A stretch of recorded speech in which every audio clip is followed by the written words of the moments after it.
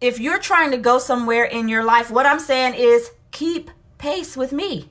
You're not trying to compare yourself to me. What I'm saying is just let's take this journey together. Just like the little boy did with my son. He said, let's do this together. Yeah, man, let's do it. And the other kid was giving my son encouragement the whole way. You've got this. Let's just keep running. And then when it came down to the last piece of the race, the last little bit of the race, the kid gave my son encouragement. Now this is where we turn on the burners. And they started sprinting. Now it didn't feel good to my son. It hurt. It burned his lungs. It burned his legs, burned his glutes. He was tired when he came home. But he outperformed himself. He did not run a 4-minute mile that day. Or not a 4-minute mile, 4-minute half mile. He ran a 2.45 half mile because he made up in his mind to challenge himself to do better that day, to do better than he had done in previous days. And that's what I'm saying to you guys. If you want to accomplish some goals, challenge yourself to do better today. Challenge yourself to do better than your former self. And I'm saying, come with me, guys.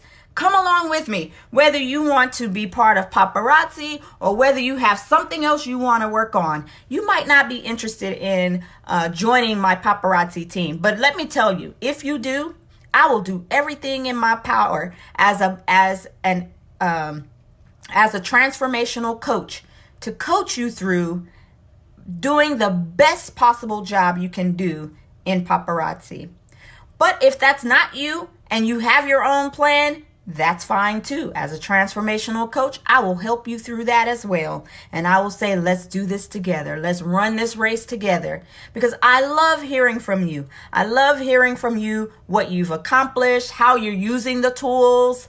I check in with you. If you're part of the 6-month challenge Facebook group, I check in.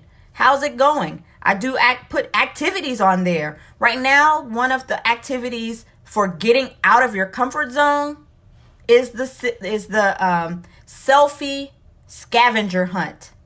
The selfie scavenger hunt. And there are other people that are doing the scavenger hunt as well. If you want to do the 6-month challenge, or not 6 months challenge, if you want to do the selfie scavenger hunt, which is a lot of fun, but it gets you out of your comfort zone, you need to type in the comment section, that's me, and I will send you an invitation to join the 6-month challenge Facebook group. All right, and just you can use the tools however you want. As I mentioned in the beginning, if you have a vision, you need to write 3 goals, at least 3 goals. And I say 3 because I think when you put too many goals, it becomes difficult to keep up with everything. So that great number is 3. Do 3 goals to help you bring your vision into focus. I have a sheet on the 6-month challenge Facebook group, multiple sheets as a matter of fact, that you can print out, and it guides you through the steps you need to write the vision, write the goals, write the daily habits, write your obstacles, and how you're going to deal with the obstacles that will prevent you from accomplishing your goals. Now, if you're watching me and you're like, oh, that sounds good, let me give you guys an activity you can do right now. Put your hands like this. All right, wherever you are right now, put your hands like this. This is not for me, this is for you. And lace your fingers together and put your one thumb on top of the other. All right, so you've got your fingers laced. Usually when we do that, we do it in a way that feels most comfortable for us. This is comfortable for me. Yeah, I like the way my hands feel. I might even stand right here and talk to you just like this, with my hands just like this, and I feel good. I feel comfortable. I'm in my comfort zone. Now, unlace your fingers and change the positioning of the fingers to put the other thumb on top, and experience how that feels. Just experience how that feels right now. Does that feel comfortable? Hey, LaShawn. LaShawn, we're doing an activity. I think maybe you were able to hear where we are right now. So now you have your less dominant thumb on top. And it's not really less dominant because I actually write with my right hand, but my right hand on top feels very uncomfortable to me. Well, this is what getting outside of your comfort zone feels like initially. Initially, it feels very, very uncomfortable. I don't like it. I want to switch it. But if you practice this every day, eventually this will become just as comfortable as this. And I don't know if you could tell, but I switched them there. So right now, my left thumb is on top of my right thumb. This feels comfortable. But when I switch it and put my right on top of my left, it doesn't feel comfortable. But like I said, if you practice this every day, every time you put your hands together, you put it so that the other finger is on top, the one that feels uncomfortable. Eventually, it won't matter which one you have on top. They'll both feel comfortable. That's what it's like getting out of your comfort zone. And so this is why I'm giving activities for you to experience what feels uncomfortable to you. Feel what feels uncomfortable for you. Because when it comes time for you to bring your vision into focus, you're going to have to do some things that don't feel comfortable. And I keep saying it over and over. You're not going to feel comfortable all the time when you're trying to accomplish your goals. You're going to encounter obstacles.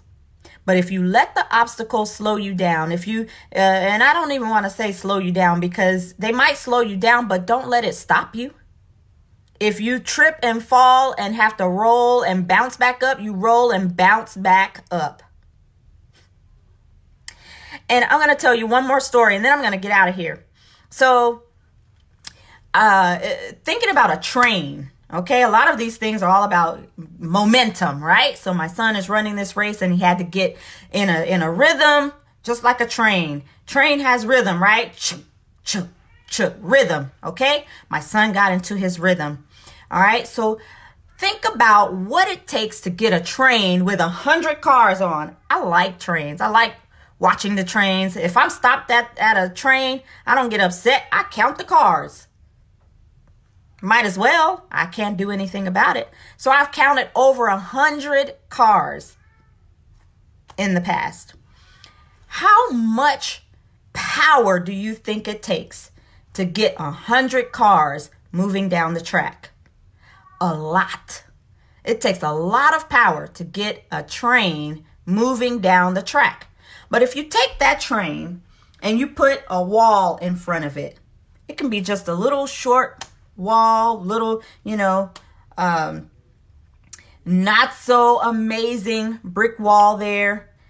If it is within a feet or two of that train and it takes off, do you think the train's going to knock the wall over? Nope. It will not knock the wall over because it has no momentum. The train has no momentum. But give that train a little time. Let it get in its rhythm. Chug, chug, chug, chug. Just like with my son, he had to get in rhythm. The train will get in rhythm. The train will pick up speed. The train will begin to go, 40, 50, 60 miles an hour. Now you put that same brick in the way. What do you think it's going to do to that brick? Knock it over. It's an obstacle. But because the train has momentum, the train runs right through the obstacle. That's what we have to do. You've got to get your momentum going. Get your momentum going so when the obstacles come, you can run right through your obstacles. Get out of your comfort zone. Get moving. You might start out moving slow. And like I said in the beginning, to get started on something, you don't have to be excellent. You don't have to be going at a fast pace. You don't have to be excellent at something that you are just starting. But you know what? You'll never get excellent if you never get started. So if you want to be excellent at something, get started. Even if you do a horrible job at it. If you've decided that you're going to do it, just like with Xavier Carter in the beginning, he was doing a horrible job. He was coming in last all the time. He only started racing because his dad told him to. But eventually he made up in his mind, if I'm going to do it, I'm going to do it well. And he took the coaching. Of course, as a track runner, he had coaches. Every great athlete has natural talent. Michael Jordan, natural talent. I don't know all the new people have natural talent. Every basketball player, every football player, they all have natural talent, but they all have a coach also. They would never become the great athlete that they are without a coach. And so I am a coach, a transformational coach. So if you have a goal, if you have a dream, if you have a vision, and you want help, just like with my son, he wanted to accomplish a goal. So he got with somebody that could coach him through reaching his goal. Get some momentum going. Get some momentum going, because you are going to have obstacles. And if you keep letting small obstacles or big obstacles, I've had some big obstacles that I will share with you one day, but today is not the day. Sometimes we let tiny little obstacles get in our way. That wall is nothing for a train. I mean, a little brick wall for a train. The train will knock it over every time if it has enough momentum. Okay, so get your momentum going, get out of your comfort zone, and I'm going to end with this. Remember, the best preparation for today, or for tomorrow, sorry guys, the best preparation for tomorrow is doing your best today. I love you all. Have a wonderful night, and I will see you again soon. Bye-bye.